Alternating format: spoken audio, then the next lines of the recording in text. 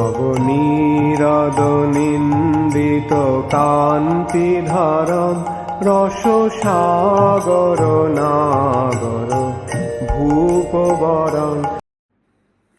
ओम नमो भगवते वासुदेवाय। ओम नमो भगवते वासुदेवाय। वासुदेवाय। ओम नमो भगवते वासुदेवाय। वासुदेवाय। नमो भगवते वासुदेवाय। नमः चैव नरोत्तमं देवीं सरस्वतीं व्यासं ततो जयामुदीरयेत्।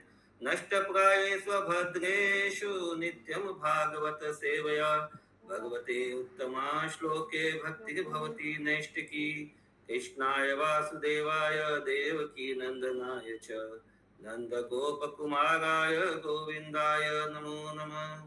मूकं करोति वाचालं पङ्गुं लङ्घायते गिरिं यत्कृपातमहं वन्दे श्रीगुरुदीनतारिणं परमानन्दमाधवम्। हरे कृष्णा। तो सभी का स्वागत है आज के सत्र में। हम लोग श्रीमद् भागवतम स्कंद 4 अध्याय 28 श्लोक संख्या 52 से 59 तक श्रवण करेंगे। ब्राह्मणवाच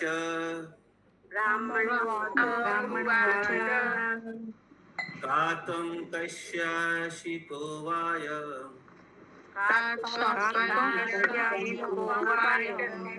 शयानो यस्य शोचसि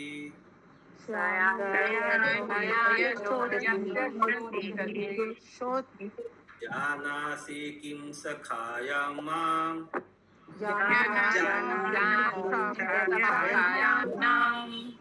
येनाग्रे विचचथः।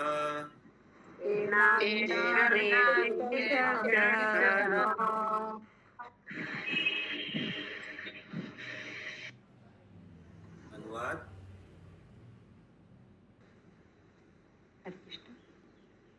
अनुवाद। ब्राह्मण ने इस प्रकार पूछा, तुम कौन हो? तुम किसकी पत्नी या पुत्री हो? यहाँ लेटा हुआ पुरुष कौन है? ऐसा प्रतीत होता है कि तुम इस मृत शरीर के लिए विलाप कर रही हो।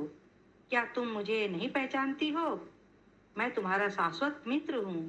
तुम्हें स्मरण होगा कि पहले तुमने मुझसे कई बार परामर्श किया है। हरे कृष्ण। तो ये जो स्त्री है जिससे ब्राह्मण बात कर रहे हैं वो कौन है? किनकी पुत्री है? हाथ उठाइए, कौन बताएगा? विदर्भ राजा की प्रभु जी। और क्या परिचय है उनका? पुरंजन था पहले जन्म में, और इस जन्म में स्त्री बना वो राजा विदर्भ की पुत्री के रूप में, विदर्भी नाम। हाँ, तो पहले जो पुरंजन था वो अभी पुरंजन बना है स्त्री रूप में, विदर्भ की पुत्री के रूप में।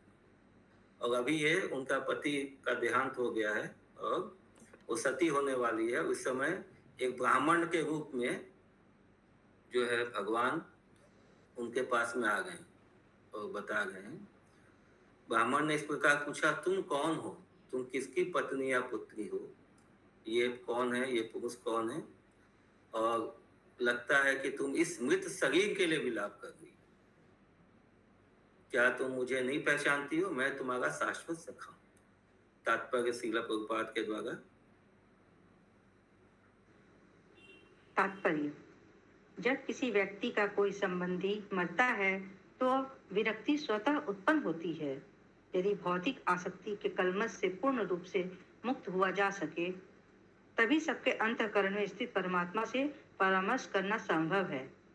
तो कौन परमात्मा से परामर्श कर सकता है? सबके हृदय में परमात्मा विद्यमान है, किंतु जब सब कलमश से मुक्त हो जाता है जिनका हृदय, जो गुरु के शरण में जा करके गुरु के आदेशों का पालन करते हुए अपने हृदय को सभी कलमशों से मुक्त कर लेते हैं, वो भगवान से वार्तालाप कर पाते, परामर्श कर पाते। यस महामंजिल माता जी। जो गुरु महाराज होते हैं, जो हम परमात्मा से हमारी बारे में बोलते हैं। हाँ, गुरु महाराज। गुरु, चैत्य गुरु जो होते हैं परमात्मा। चैत्य गुरु तो परमात्मा है। नहीं मतलब गुरु से भी तो, गुरु ही तो हमारे परमात्मा से हमारी मतलब हाँ तो वही तो बता रहा हूँ, कौन बात कर सकता है चैत्य गुरु से या परमात्मा से? जो गुरु के आदेश, जो सभी तरह से कलमश से मुक्त हो, कलमश से मुक्त हो जाता है। आगे आएगा ये। हाँ पढ़िए मतलब। जो शुद्ध एवं निष्ठावान है उसे सबके हृदय में स्थित पूर्ण पुरुषोत्तम भगवान का उनके परमात्मा रूप में परामर्श करने का सुअवसर प्राप्त होता है। परमात्मा सदैव चैत्य गुरु अर्थात अंतःकरण में रहने वाले गुरु हैं और वे बाह्य रूप में उपदेशक तथा दीक्षा गुरु के रूप में प्रकट होते हैं। वे भगवान अंतःकरण में निवास कर सकते हैं और मनुष्य के समक्ष प्रकट होकर उसे उपदेश भी दे सकते हैं। हाँ बोलिए महामंजी माता जी। प्रभु यहाँ पे यही तो बोला जा रहा है ना कि गुरु बाह्य रूप में उपदेशक या दीक्षा गुरु के रूप में प्रकट होते हैं, तो जो गुरु महाराज हैं वही तो हुए। क्या वही तो हुए मतलब? चैत्य गुरु है परमात्मा रूप में, भगवान चैत्य गुरु है और हाँ। जो गुरु है वो प्रभु दीक्षा भगवान का गुरु रिप्रेजेंटेटिव बाहरी रूप में दीक्षा गुरु। हाँ तो वो उस टाइम में तो वही गुरु ही हमारी बातें बोल सकते हैं ना। गुरु आपकी बात कैसे बोल सकते हैं, हम नहीं समझे आप क्या बोलना चाहते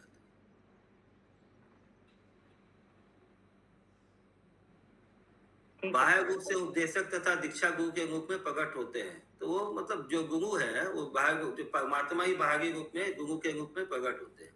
तो गुरु भगवान से अभिन्न, भगवान की रिप्रेजेंटेटिव है, तो इसमें प्रश्न क्या है?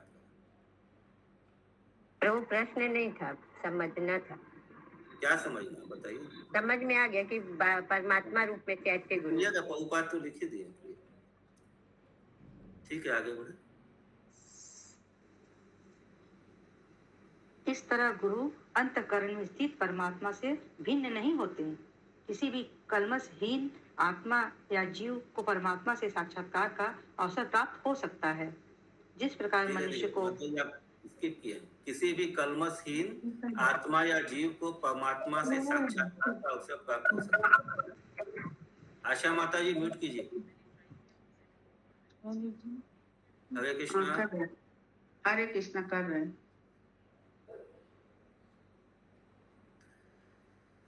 कलमशहीन आत्मा या जीव को मतलब जो सभी ये दोषों से ऊपर उठ गया है, जिनका हृदय शुद्ध हो गया है, वो परमात्मा से साक्षात्कार का अवसर प्राप्त कर सकते हैं।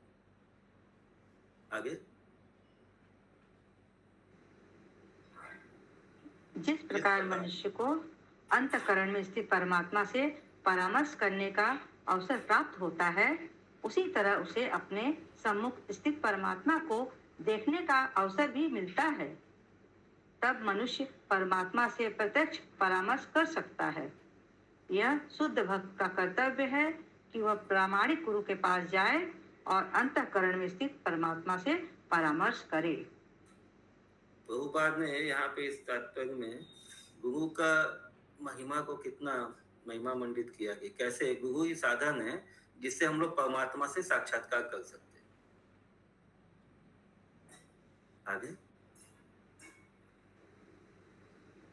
जब ब्राह्मण ने स्त्री से पूछा कि भूमि पर लेटा मनुष्य कौन है, तो उस स्त्री ने उत्तर दिया कि वह उसका गुरु है और उसके अभाव से वह अत्यंत व्यग्र है कि वह क्या करे।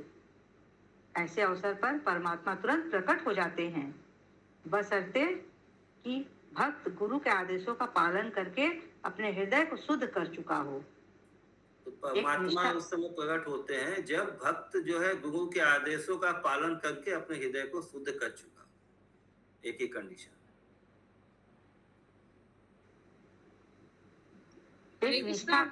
हरे कृष्णा बोले माता जी। अंजना माता जी आगे बढ़ाइए। नहीं आगे नहीं, वो ठीक ही है, आगे कहाँ बढ़ेंगे। नहीं वो तो एक ही जगह रोक दी है। नहीं अभी वो कंप्लीट नहीं हुआ है ना, कंप्लीट होने दीजिए, वो अभी चल गए। हाँ माता जी पढ़िए। एक निष्ठावान भक्त एक निष्ठावान भक्त जो गुरु के आदेशों का पालन करता है, निश्चय ही परमात्मा से अपने हृदय के माध्यम से आदेश प्राप्त करता है। इस प्रकार हरे निष्ठावान भक्त कृष्णा, ये इम्पोर्टेंट पॉइंट है। एक निष्ठावान भक्त जो गुरु के आदेशों का पालन करता है, वो परमात्मा से डायरेक्ट इंस्ट्रक्शन उसको मिलता है, उसके हृदय में जो परमात्मा है, तो उसको भगवान चेता जो चैत आत्मा है, चैत रूप में जो भगवान है, वो उनको चेता, मतलब वो उनको क्या बोलते हैं, गाइड करते हैं भगवान की।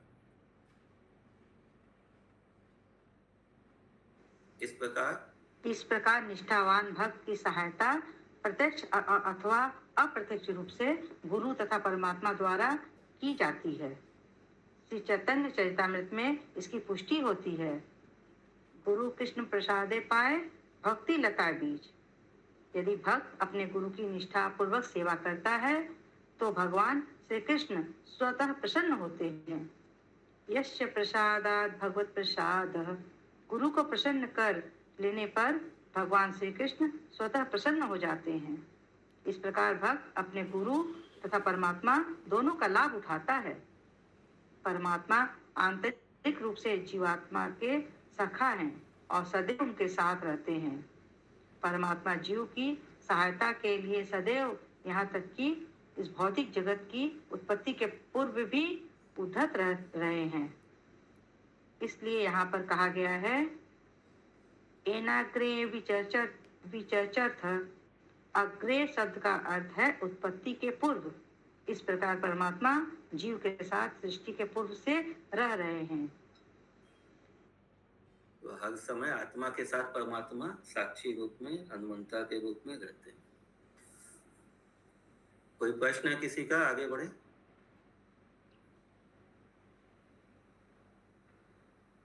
अपि स्मगासि चात्मना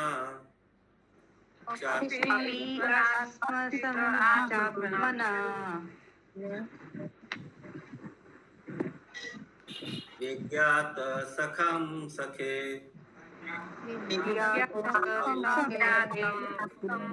सखम सखे हित्वा मां पदमन्विच्छन्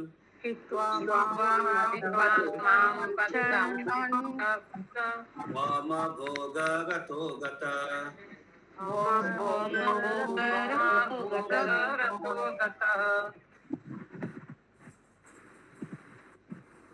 अनुवाद। ब्राह्मण ने आगे कहा, हे मित्र, यद्यपि इस समय तुम मुझे तुरंत नहीं पहचान सकते हो, किंतु क्या तुम्हें स्मरण नहीं है कि भूतकाल में तुम मेरे अंतरंग मित्र थे। दुर्भाग्यवश तुमने मेरा साथ छोड़कर इस भौतिक जगत के भोक्ता का पद स्वीकार कर लिया था। कंटिन्यू माता जी। तात्पर्य, किसी का कोई प्रश्न हो तो पूछ सकते हैं हाथ उठा के। हाँ बोलिए। जैसा कि श्रीमद् भगवत गीता 7.27 में कहा गया है, इच्छा द्वेष समुत्थेन द्वंद्व मोहेन भारत सर्वभूतानि सम्मोहं सर्गे यान्ति परन्तप। हे अर्जुन, हे शत्रुओं के विजेता, सभी जीव मोह में उत्पन्न होते हैं और इच्छा तथा घृणा के द्वंद्व द्वारा अभिभूत होते हैं। यहाँ इस तथ्य की यह व्याख्या है कि किस प्रकार से जीव इस भौतिक जगत में आ पड़ता है। आध्यात्मिक जगत में न द्वेष है न ही घृणा। पूर्ण पुरुषोत्तम भगवान अनेक रूपों में अपना विस्तार करते हैं। अधिकाधिक आनंद उठाने हेतु वे विभिन्न कोटियों में अपना विस्तार करते हैं। हरे कृष्ण। आध्यात्मिक जगत में द्वैत नहीं है, घृणा नहीं है, ये सब कहाँ है? भौतिक जगत में। और भौतिक जीव इस जगत में कैसे आता है? अपनी इच्छाओं के कारण। जब भगवान से स्वतंत्र वो अपनी इच्छाएं रखता है जीव, तो इस भौतिक जगत में आ जाता है। वो अपने आप को जब भोक्ता मानता है, अपने आप को अंता मानता है, तो इस भौतिक जगत में है। हाँ माता जी म्यूट कर दीजिए। शिवा माता जी, शुभंका की माता जी, कंटिन्यू। जैसा कि वाराह पुराण में उल्लेख है, वे विष्णु तत्व स्वांश विस्तार तथा अपनी तथस्था शक्ति विभिन्नांश अर्थात जीव में अपना विस्तार करते हैं। इस प्रकार से विस्तारित जीवों की संख्या अनंत है। जिस प्रकार सूर्य प्रकाश के सूक्ष्म कण सूर्य के असंख्य विस्तार हैं, जीव विभिन्नांश और श्री भगवान की तटस्थता शक्ति है। जब जीवों को भोग की इच्छा होती है तो वे द्वैत की चेतना विकसित करते हैं और हरे श्री कृष्ण। भगवान रीति में माता जी, तो आप कौन से अंश है भगवान के? विभिन्न नाम से तटस्थ, विभिन्न अंश है, तटस्था शक्ति है। आगे बढ़िए। प्रभु क्वेश्चन करेंगे आप कौन सी शक्ति है तब तो बताएंगी। हाँ, आप बोले कौन सा अंश है, अब क्वेश्चन करना चाहिए था कौन सी शक्ति है भगवान के आते में हम लोग। वो एक ही जीव- बात है, विभिन्न अंश मतलब अंश हुआ ना भगवान का, विभिन्न अंश है।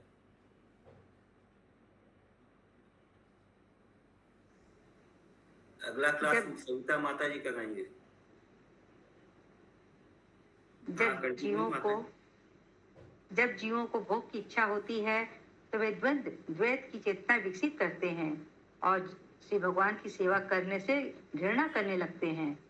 इस प्रकार जीव इस भौतिक जगत में आ पड़ते हैं। प्रेम हम जैसे जानते हैं कि हम लोग इस भौतिक जगत में क्यों आते हैं। पहले जीव का स्वरूप क्या है? जीव स्वरूप है कृष्ण नित्य दास। तो हमने नित्य स्वरूप में हम लोग हर समय भगवान के साथ में, भगवान के लोक में उनका सेवा में रहते हैं।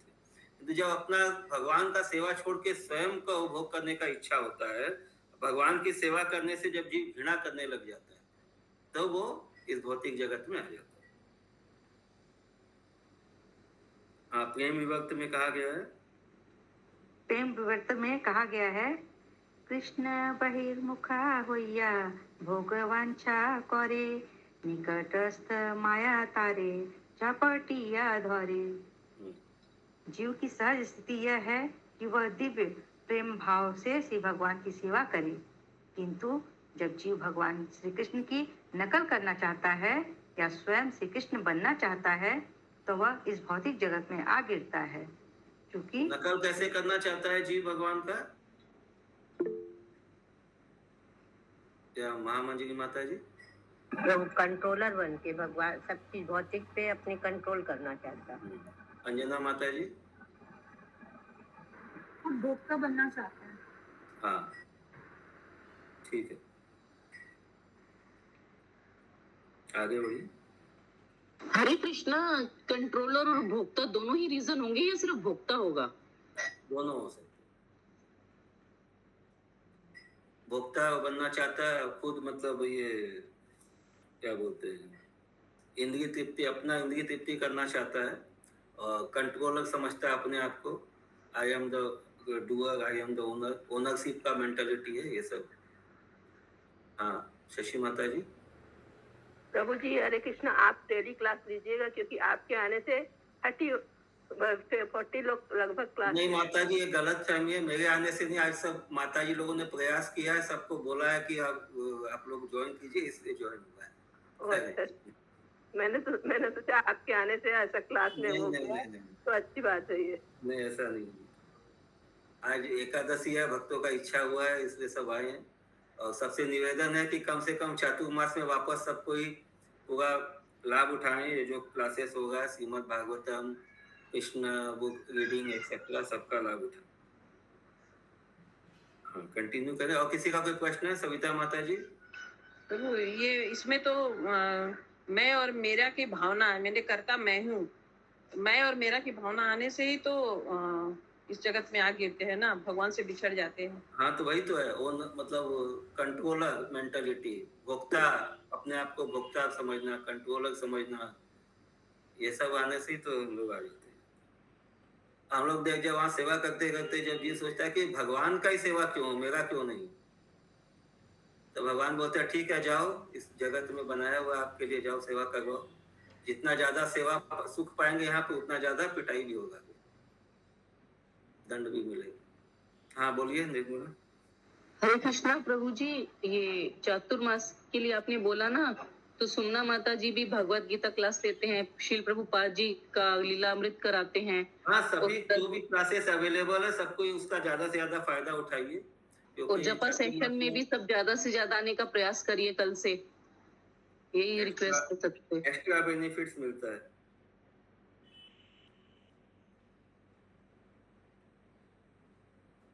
ठीक है, आगे बढ़े। चूंकि श्री कृष्ण परम पिता हैं, इसलिए जीवों के प्रति उनका स्नेह सनातन है। जब जीव भौतिक जगत में आ गिरता है तो परमेश्वर अपने स्वांश विस्तार से जीव के साथ रहते हैं। इस प्रकार किसी न किसी दिन जीव से भगवान के धाम वापस जा सकता है। अपनी स्वतंत्रता का परमात्मा के रूप में आत्मा के साथ जो है जीव के साथ भगवान आते हैं, परमात्मा के रूप में हर समय उसके साथ रहते हैं और वेट करते हैं कब वो वापस उनकी तरफ देखे, कब वो वापस भगवत धाम में लौटने का प्रयास करे। अपनी स्वतंत्रता का दुरुपयोग करने से जीव श्री भगवान की सेवा से च्युत हो जाता है और इस प्रकार भौतिक जगत में भोक्ता के रूप में स्थान लेता है। कहने का तात्पर्य है, जीव भौतिक शरीर के भीतर स्थान ग्रहण करता है। अत्यंत ऊंचा पद प्राप्त करने की इच्छा से जीव उल्टे जन्म मरण के चक्कर में फंस जाता है। वह अपना पद मनुष्य, देवता, बिल्ली, कुत्ता, वृक्ष इत्यादि के रूप में चुनता है। इस प्रकार जीव 84 लाख योनियों में से शरीर ग्रहण करके अनेक प्रकार के सुखों उपभोगों से अपने आप को संतुष्ट करने का प्रयास करता है, किंतु परमात्मा ने यह नहीं चाहते कि जीव यह सब करे। फलतः परमात्मा उससे पूर्ण पुरुषोत्तम भगवान की शरण में आने हेतु उपदेश देते हैं। तब परमात्मा जीव का भार अपने ऊपर ले लेते हैं, किंतु जब तक जीव भौतिक इच्छाओं से अदूषित न हो तब तक वह परमेश्वर की शरण में नहीं जा सकता। श्रीमद् भगवद गीता 5.29 में श्री भगवान कहते हैं, भोक्ता हरे कृष्णा प्रभु जी, सादर प्रणाम। प्रभु जी, जब किसी का पतन होता है ऊपर आध्यात्मिक जगत से, तो यहाँ पे क्या उसका मनुष्य योनि उसको मिलता है या कोई पशु पक्षी का? उसका जिसका जैसा भावना रहता है। कोई जरूरी नहीं है कि उसको वहां से आने के बाद मनुष्य बने या देवता बने या ये बने। वो किस कारण से उसका वो इमीडिएट क्या रीजन रहा है वहां से पतन का, उसके ऊपर डिपेंड करता है। इसमें लिखा है ना, इस प्रकार जीव 84 अभी अपना पद मनुष्य, देवता, बिल्ली, कुत्ता, वृक्ष इत्यादि के रूप में चुनता है। यह नहीं लिखा कि इस सीरियल में चुनेगा, पहले मनुष्य फिर देवता, ऐसे नहीं। कुछ भी चुन सकता है, डिपेंड करता है उसका क्या इच्छा रहता है। तो भगवान मौका देते हैं जीव को, आपका इच्छा है जाओ पूरा करो। उसके बाद में जो ऐसा जैसा कम करता है वैसा बंधनों से बंध के वैसा वैसा शरीर पाता है। ठीक है? हाँ प्रभु जी, ठीक है। हाँ, श्लोका 5.29 भगवद गीता का, भोक्ताराम यज्ञ तपसा, बोलिए। भोक्ताराम यज्ञ तपसाम सर्वलोक महेश्वरम सुहृदय सर्वभूतानां ज्ञात्वा मां शांति पृच्छति। साधु पुरुष मुझे समस्त यज्ञों तथा तपस्याओं का परम कारण, समस्त लोकों तथा देवताओं का स्वामी तथा जीवों का कल्याण करता हितैषी मानते हुए भौतिक यातनाओं से शांति प्राप्त करते हैं। परमेश्वर सबके परम मित्र हैं, किंतु जब कोई सुखी रहने की अपनी खुद की योजना बना रहा हो और इस तरह भौतिक प्रकृति के गुणों में स्वयं को उलझा रहा हो तो वह अपने परम मित्र के आदेश से लाभ नहीं उठा सकता। जब जीव डिसाइड करता है कि नहीं माई लाइफ माई वे, हम जैसे जब बच्चे बड़े हो जाते हैं तो पेरेंट्स को क्या बोलते हैं, भैया आप हमको अपना लाइफ आप जीने दीजिए। तो वैसे ही जीव परमात्मा के अंडर से बाहर नहीं होता है, माई लाइफ माई वे, हम अपने हिसाब से जिएंगे, बहुत हमने सेवा कर लिया, अभी आई वांट टू एंजॉय। तो क्या होता है फिर, वो अपने परम मित्र के आदेश से लाभ नहीं उठा सकता। जब आपको अपना इच्छा पूरा करना तो भगवान बोलते हैं ठीक है। भगवान तो हर समय सुहृदम सर्वभूता नाम है, हर एक के वेल विशर है, लेकिन उनका जो उपदेश है, उनका जो आदेश है, वो हम लोग तभी ग्रहण कर पाते हैं जब हम उनके प्रति सरेंडर रहते हैं। नहीं तो हम लोगों को सीमित स्वाधीनता दिया हुआ है भगवान ने, हम लोग अपने हिसाब से रास्ता चुन सकते हैं। आगे, जब सृष्टि होती है तो जीव अपनी पूर्व इच्छाओं के अनुसार विविध रूप धारण करते हैं। गीता माता जी इसका- देखिए यहाँ पे भी लिखा हुआ है, जब सृष्टि होती है तो जीव अपनी पूर्व इच्छाओं के अनुसार विविध रूप धारण करते हैं। तो कौन सा रूप, कौन सा फॉर्म मिलेगा, ये जीव का इच्छा पे डिपेंड करता है। इसका अर्थ यह हुआ कि सभी योनियां या जीव एक साथ उत्पन्न होते हैं। डार्विन का यह सिद्धांत कि प्रारंभ में मनुष्य नहीं था अपितु वह अनेकानेक वर्षों में विकसित हुआ, मात्र एक मूर्खतापूर्ण सिद्धांत है। हरे कृष्णा। कौन कौन डार्विन का सिद्धांत के बारे में जानता है? गूगल हाथ उठाइए।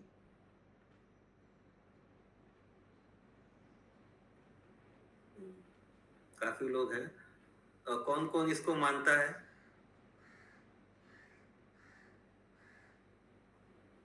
सविता माता जी खाली मानती है। हरे कृष्ण। आगे।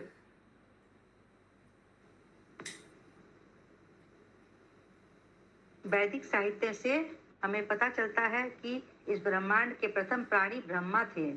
सर्वाधिक बुद्धिमान होने के कारण ब्रह्मा संसार भर में पाए जाने वाले समस्त योनियों की सृष्टि का कार्यभार अपने ऊपर ले सके। हरे कृष्ण। हरे कृष्ण। श्लोका 54। मुझे डार्विन क्या होता है? माता जी, ये स्कूल में पहले पढ़ाया जाता था डार्विन का थ्योरी, कैसे आदमी बनता है, पहले आदि मानव से कैसे आदमी बनता है, ह्यूमन बनता है, उसका एक थ्योरी था। प्रभु जो मेरा हैंडल्स हुआ था ना, गलती से हुआ था प्रभु जी। अच्छा अच्छा।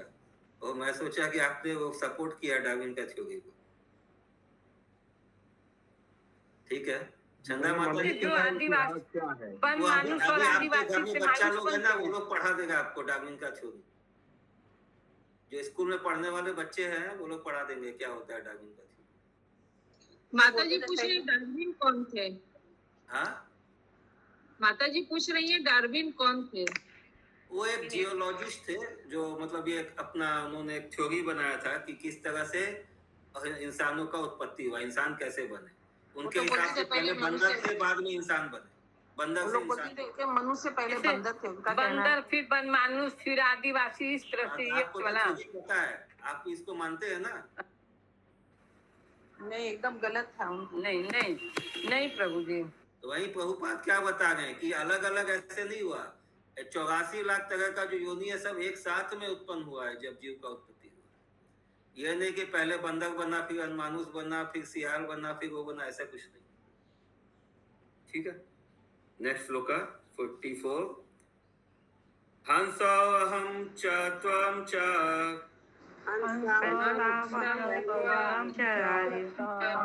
आर्य सखायो मानसायनो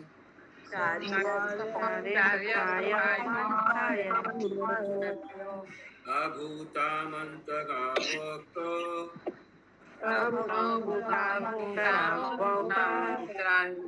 सहस्र परिवत्सरान्।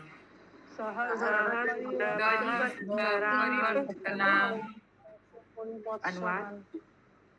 हे मित्र, मैं और तुम दोनों हंसों के तुल्य हैं। हम एक ही मानसरोवर रूपी हृदय में साथ साथ रहते हैं। यद्यपि हम हजारों वर्षों से साथ साथ रह रहे हैं, किंतु फिर भी हम अपने मूल निवास से बहुत दूर हैं। तात्पर्य: जीव तथा पूर्ण पुरुषोत्तम भगवान का मूल स्थान आध्यात्मिक जगत है, जहाँ वे दोनों शांति पूर्वक एक साथ रहते हैं। क्योंकि जीव श्री भगवान की सेवा में लगा रहता है, इसलिए वे दोनों आध्यात्मिक जगत में आनंदमय जीवन बिताते हैं। किंतु जब जीव खुद आनंद उठाना चाहता है तो वह भौतिक जगत में आ गिरता है। इस स्थिति में श्री भगवान उसके साथ परमात्मा रूप में उसके सुहृदय मित्र के रूप में रहते हैं। अपनी विस्मृति के कारण जीव को पता नहीं चलता कि परमेश्वर परमात्मा रूप में उसके साथ हैं। इस प्रकार जीव प्रत्येक कल्प में बद्ध बना रहता है। यद्यपि श्री भगवान उसके मित्र के रूप में उसके साथ साथ रहते हैं, किंतु जीव विस्मृति के कारण उन्हें पहचान नहीं पाता। हरे कृष्ण। हरे कृष्ण। क्लियर है तात्पर्य एकदम? कोई प्रश्न है किसी का? श्लोका 55। सत्वं विहाय मां बन्धो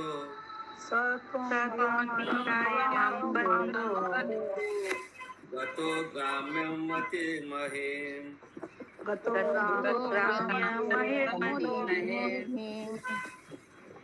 विचरण पदम अद्राक्षी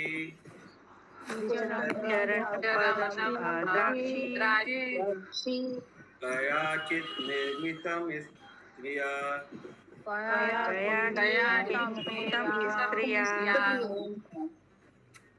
अनुवाद। हे मित्र, तुम मेरे वही मित्र हो चंदा माता जी जब से तुमने मुझे छोड़ा है। तुम अधिकाधिक भौतिकवादी हो गए हो और मेरी ओर न देखकर तुम इस भौतिक संसार में, जिसे किसी स्त्री ने निर्मित किया है, विभिन्न रूपों में घूमते रहे हो। हरे कृष्ण। किसने निर्मित किया है भौतिक संसार को? माया देवी ने, दुर्गा जी। माया देवी ने, दुर्गा देवी। इसीलिए यहाँ पे प्रभुपाद ने लिखा है किसी स्त्री ने निर्मित किया। तात्पर्य जब जीव नीचे गिरता है तो वह भौतिक जगत में आता है, जिसकी सृष्टि श्री भगवान की बहिरंगी शक्ति से हुई है। यहाँ पर इस शक्ति को कोई स्त्री या प्रकृति के रूप में वर्णित किया गया है। यह भौतिक जगत उन भौतिक तत्वों से बना है जो महतत्व अर्थात संपूर्ण भौतिक शक्ति से प्राप्त हुए। यह भौतिक जगत इस प्रकार बहिरंगी शक्ति द्वारा उत्पन्न होकर बद्ध जीव का तथाकथित निवास स्थान बन जाता है। तथाकथित निवास स्थान बन जाता है, मतलब बद्ध जीव का ये टेम्पररी निवास स्थान है। परमानेंट निवास स्थान क्या है? आध्यात्मिक जगत, बैक टू गॉड हेड, जगत, भगवान का धाम। इस भौतिक जगत में बद्ध जीव विभिन्न घर या विभिन्न शरीर स्वीकार करके इधर उधर विचरता है। कभी वह उच्च लोकों का भ्रमण करता है तो कभी निम्न लोकों का, कभी वह उच्च योनियों में घूमता है तो कभी निम्न योनियों में। इस प्रकार वह अनंत काल से इस भौतिक ब्रह्मांड के भीतर विचरता रहा है। जैसा कि श्री चैतन्य महाप्रभु ने कहा है, ब्रह्मणे भ्रमिते कोनो भाग्यवाने जीव, गुरु कृष्ण प्रसादे पाए भक्ति लता बीज। श्री चैतन्य चरितमृत मध्य 19.151। जीव अनेक योनियों में घूमता रहता है, किंतु वह भाग्यशाली होता है जब उसकी पुनः अपने मित्र से या तो साक्षात या उसके प्रतिनिधि के रूप में भेंट होती है। वास्तव में मित्र का प्रतिनिधि कौन है? हाथ उठा के बोलिए, गूगल हाथ। हरे कृष्ण प्रभु जी। हाँ, रेखा माता जी। आध्यात्मिक गुरु। हाँ, मित्र कौन है? हरे कृष्ण प्रभु जी, क्या बोले? मित्र कौन है और मित्र का प्रतिनिधि कौन है? मित्र भगवान है। परमात्मा रूप में भगवान मित्र है और प्रतिनिधि है गुरुदेव। ठीक है,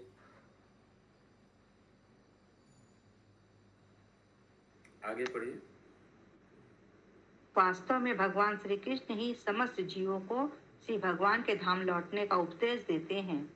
कभी कभी वे अपना प्रतिनिधि भेजते हैं जो उनके संदेश को जीवों तक पहुंचाकर उन्हें श्री भगवान के धाम लौटने हेतु प्रेरित करते हैं। दुर्भाग्यवश जीव भौतिक सुख में इतना लिप्त है कि वह न तो श्री कृष्ण और न ही उनके किसी प्रतिनिधि के आदेशों को गंभीरता से लेता है।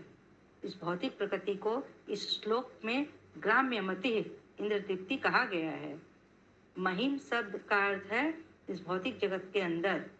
इस भौतिक जगत में सारे जीव कामोन्मुख हैं, फलतः वे अनेक शरीरों में बंध जाते हैं और भौतिक अस्तित्व के कष्टों को सहते रहते हैं। हरे कृष्ण। तो अपनी इच्छाओं कामनाओं के कारण जीव जो है बन जाता है और वैसा ही शरीर प्राप्त करता है और उसमें फंसा हुआ भोग करता है। 56 पंचानामं नवद्वारं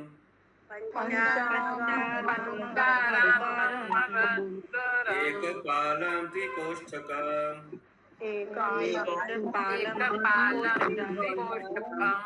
षट्कुलं पञ्चविपणम् पञ्चप्रकृतिस्त्रिधवम्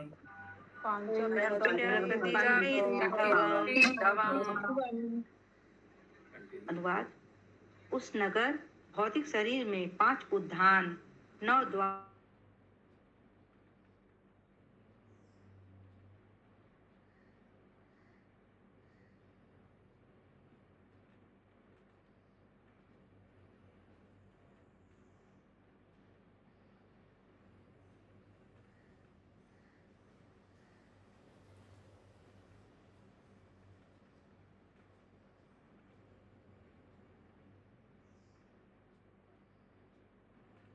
तेजो अन्नानि कोष्ठानि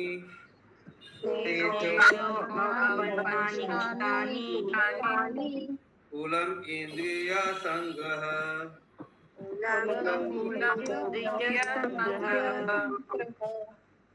अनुवाद। हे मित्र, 5 उद्यान 5 प्रकार के इंद्रिय सुख के विषय हैं और इसका रखवाला प्राण है जो 9 द्वारों से आता जाता है।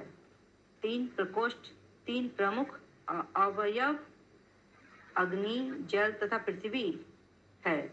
मन समेत 5 इंद्रियों का समुच्चय इसके 6 परिवार हैं। हरे कृष्णा। शशि माता जी। प्रभु जी, ये 5 बाजार क्या हुआ? 5 बाजार लिखा हुआ ना 56 में। 5 उद्यान, 5 प्रकार के इंद्रिय सुख के विषय, 9 द्वार, शरीर के 9 द्वार, और 3 कमरे, 6 5 बाजार, 5 तत्व तथा 1 स्त्री है जो घर की स्वामिनी है।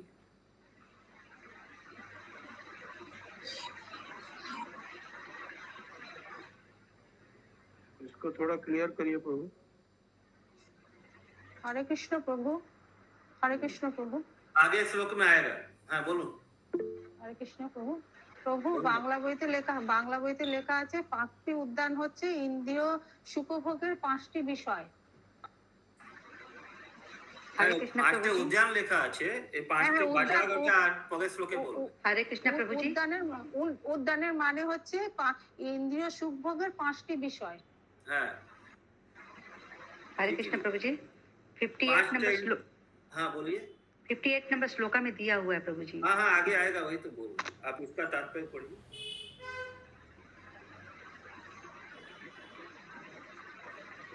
तात्पर्य 5 ज्ञानेंद्रियां हैं, दृष्टि, स्वाद, गंध, शब्द तथा स्पर्श।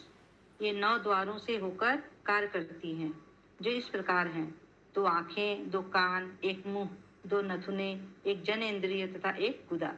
ये क्षेत्र नगर के परकोटे के दरवाजों के तुल्य हैं। प्रमुख अवयव हैं पृथ्वी, जल तथा अग्नि, और मुख्य कर्ता हैं मन जो बुद्धि द्वारा अनुशासित है। हरे कृष्ण। ऊपर करिए। अभी बोल, क्या बोला बोल? स्क्रीन को थोड़ा बढ़ाने बोल। अच्छा, हाँ विनीता माता जी बोलिए। प्रभु, मन को यहाँ क्या स्त्री बोला गया है? हाँ, स्त्री कहाँ लिखा है?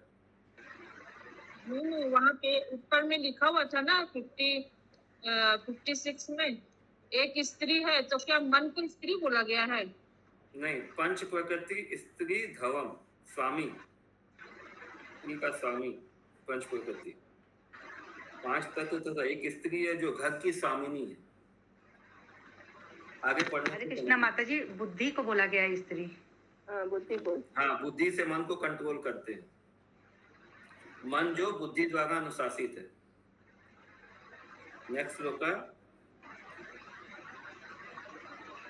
हाँ बोलिए विनीता माता जी, हाथ उठा रखा। वही पूछना था बोली। ओके। विपणस्तु की आशक्ति,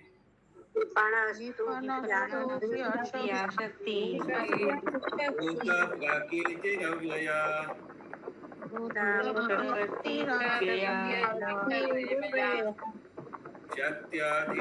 पुनस्पन्न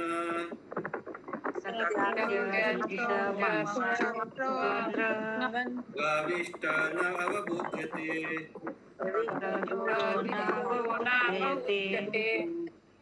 हाँ। अनुवाद। 5 बाजार 5 कर्मेंद्रियां हैं। वे 5 शाश्वत तत्वों की संयुक्त शक्ति से अपना व्यापार करती हैं। इस सारी कर्मठता के पीछे आत्मा काम करता है। आत्मा पुरुष है और वही वास्तविक भोक्ता है, किंतु इस समय शरीर रूपी नगर के भीतर छिपा होने के कारण वह ज्ञान शून्य है। ठीक है, 5 बाजार हो गया, 5 कर्म इंद्रियां। बहुत पूर्ण रहस्य है प्रभु ये सब। हाँ। तात्पर्य। भौतिक सृष्टि में जीवात्मा 5 तत्वों पृथ्वी, जल, अग्नि, वायु तथा आकाश के बल पर प्रवेश करता है और इस प्रकार उसका शरीर बनता है। यद्यपि जीवात्मा भीतर से कार्य करता है, किंतु फिर भी वह अज्ञात रहता है। जीवात्मा भौतिक सृष्टि में प्रवेश करता है, किंतु भौतिक शक्ति से मोहित होने के कारण वह प्रच्छन्न रहता है। अज्ञान नाव बुध्यते। बंद कीजिए इसको, म्यूट कीजिए।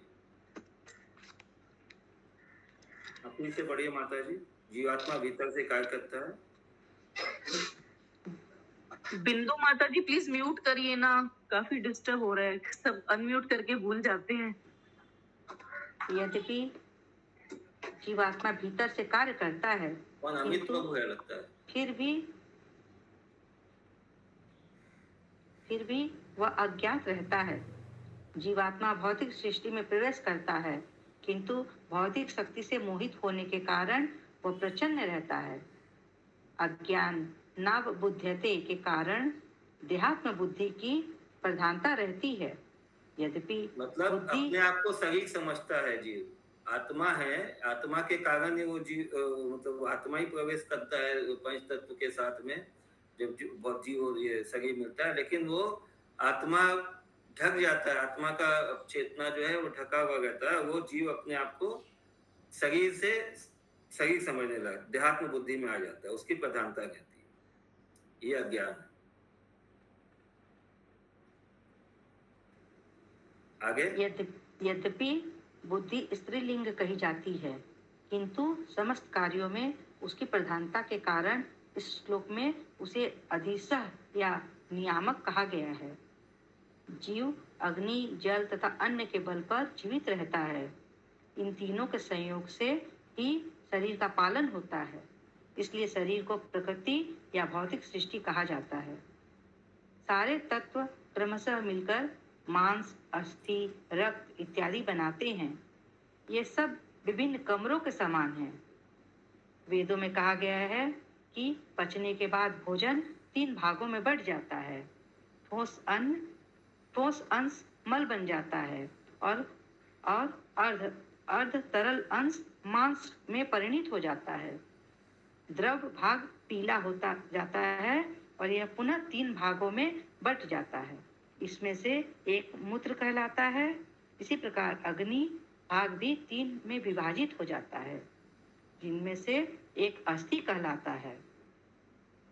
5 तत्वों में से अग्नि, जल तथा भोजन अत्यंत महत्वपूर्ण हैं। ये तीनों पिछले श्लोक में वर्णित हैं, किंतु आकाश तथा वायु का उल्लेख नहीं हुआ है। इन सब की व्याख्या श्रीमद् भगवद गीता 13.20 में इस प्रकार हुई है। प्रकृतिं पुरुषः चैव विद्ययानादि उभावपि विकारांश गुणान् चैव विद्धि प्रकृति संभवान्। प्रकृतिं पुरुषं चैव विद्यनादि उभावपि विकारांश गुणांश्चैव विद्धि प्रकृति संभवान्। भौतिक प्रकृति तथा जीवों को अनादि समझना चाहिए। इनके रूपांतर तथा गुण धर्म भौतिक प्रकृति की उपज है। भौतिक प्रकृति तथा पुरुष अर्थात जीव शाश्वत है। जब वे दोनों संपर्क में आते हैं तो विभिन्न प्रतिक्रियाएं एवं प्राकट्य होते हैं। इन सबको भौतिक प्रकृति के 3 गुणों की पारस्परिक क्रिया का प्रतिफल समझना चाहिए।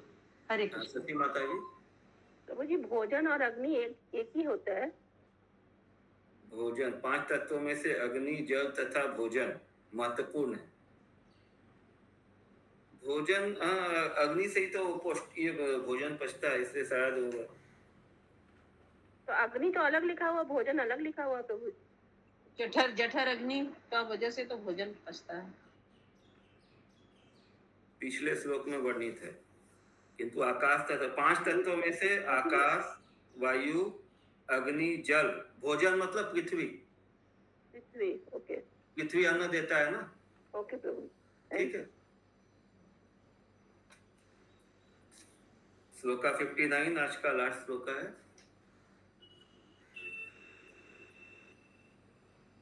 तस्मिन् त्वं रामया स्पृष्टो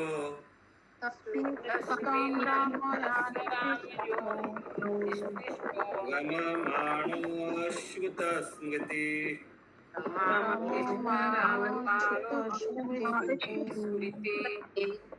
तत्संगात् इदश्रीम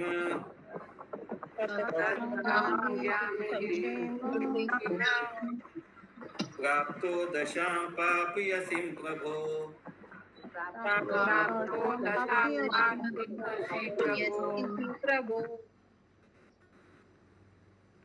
अनुवाद।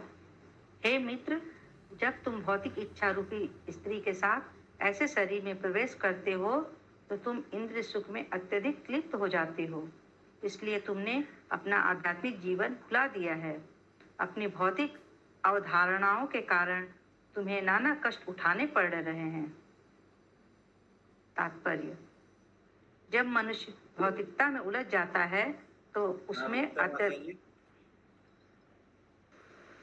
हरे कृष्ण प्रभु, यहाँ पे जो स्त्री भौतिक इच्छा रूपी स्त्री जो बोला गया है, तो वो क्या इसके पहले जो 56 में स्त्री बोला गया था वही है क्या? नहीं, वो अलग है। अच्छा, दोनों अलग है। हाँ, बुद्धि और इच्छा दोनों अलग है। भौतिक इच्छा को स्त्री रूप में बोला जा रहा है, वहाँ स्त्री संबोधित किया गया था बुद्धि को। अच्छा, ठीक है।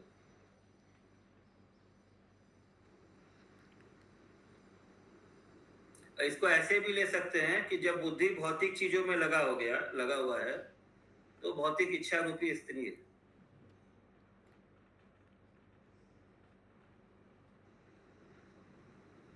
आध्यात्मिक जीवन को भूलने के कारण ही वह भौतिक जगत में अधिकाधिक फंसता जाता है। यह पाप कर्मों का फल है।